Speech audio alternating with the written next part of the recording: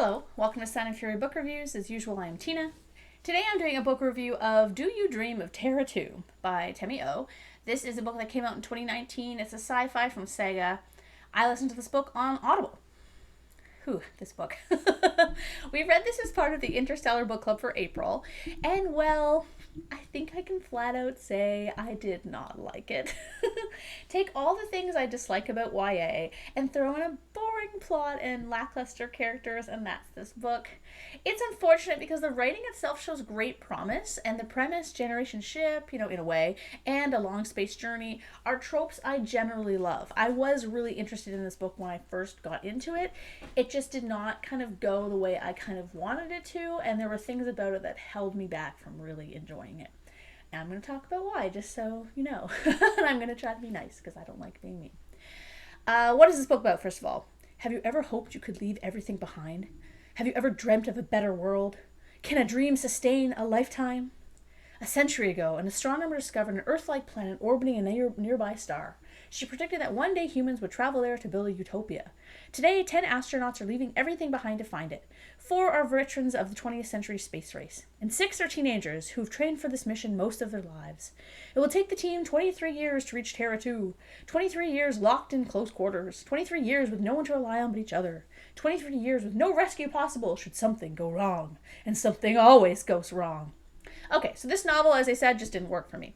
There were so many things about it that fell flat or irritated me. I'm trying not to do a teardown, so please do check this book out if you think the premise sounds good. There are some 5-star reviews of it. Please go check them out. It just didn't work for me, and because this is a book review channel, I'm going to explain why.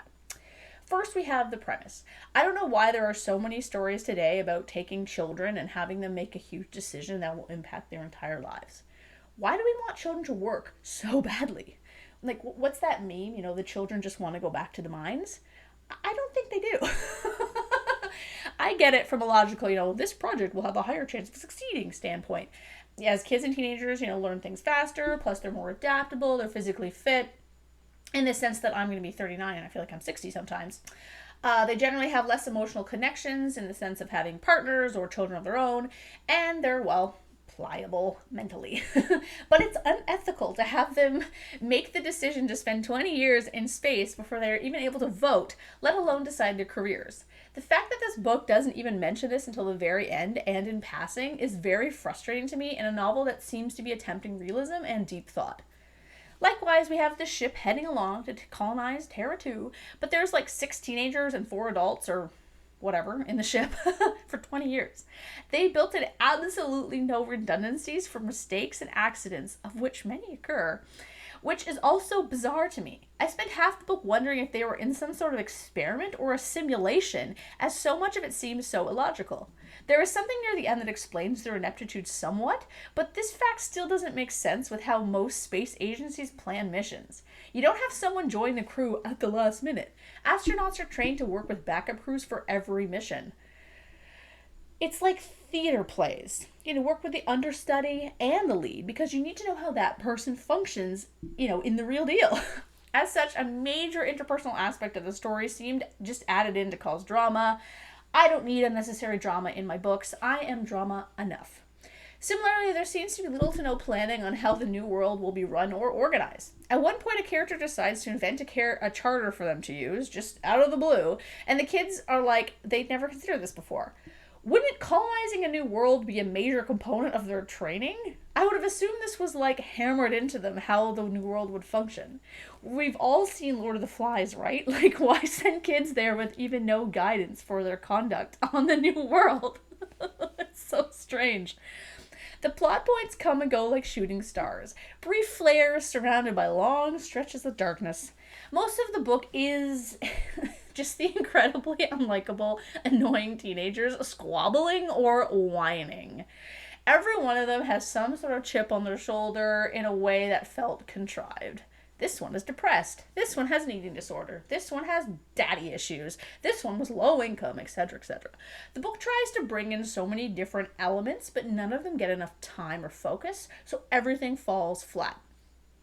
The book, like the mission, was just too ambitious. The teenagers are given a lot of backstory and development, I will give it that, but then you have the 3 or 4, honestly, I have no idea, adults who are like cardboard cutouts.